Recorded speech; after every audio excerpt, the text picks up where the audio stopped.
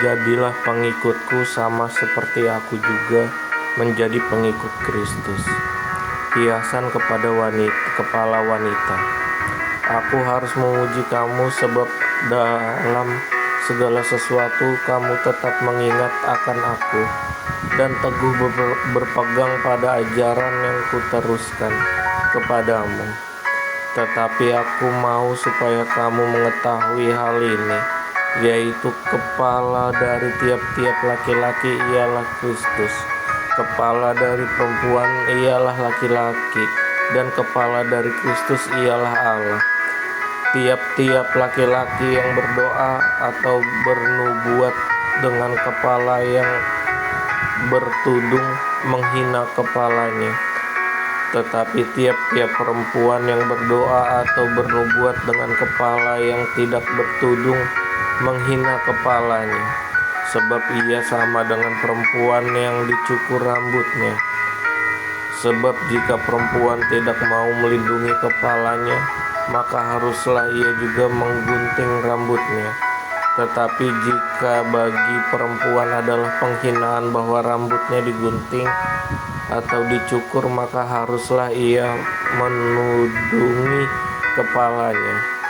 Sebab laki-laki tidak perlu menudungi kepalanya, ia menyiarkan gambaran dan kemuliaan Allah, tetapi perempuan menyiarkan kemuliaan laki-laki.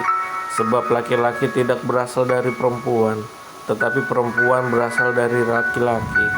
Dan laki-laki tidak diciptakan karena perempuan, tetapi perempuan diciptakan karena laki-laki. Sebab itu perempuan harus memakai tanda wibawa di kepalanya oleh karena para malaikat. Namun demikian dalam Tuhan tidak ada perempuan tanpa laki-laki, dan tidak ada laki-laki tanpa perempuan.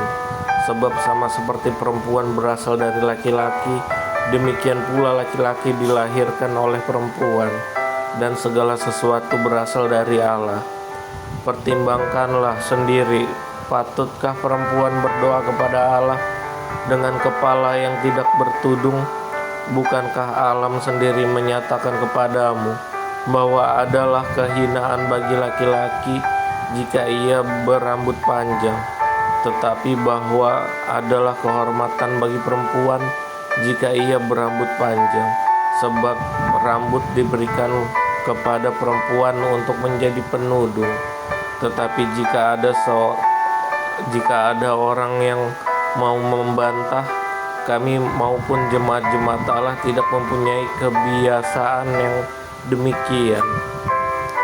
Kebiasaan yang salah dalam perjamuan malam.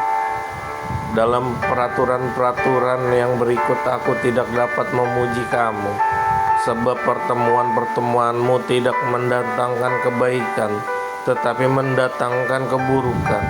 Sebab pertama-tama aku mendengar bahwa apabila kamu berkumpul sebagai jemaat, ada perpecahan di antara kamu.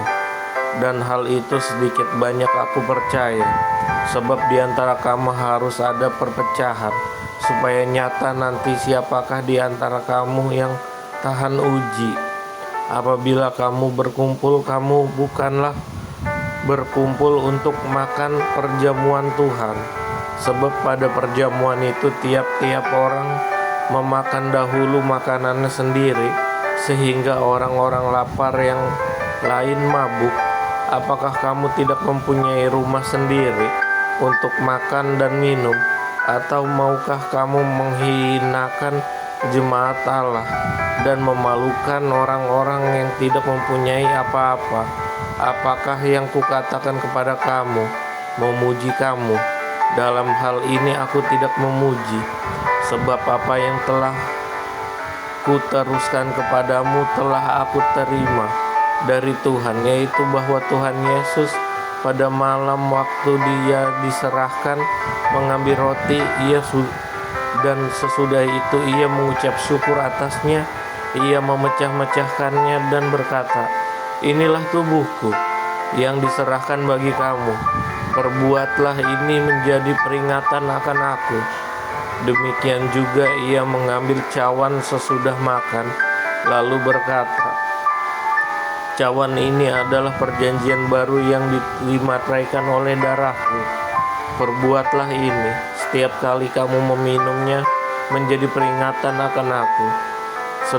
Sebab setiap kali kamu makan roti ini dan minum cawan ini, kamu memberitakan kematian Tuhan sampai Ia datang.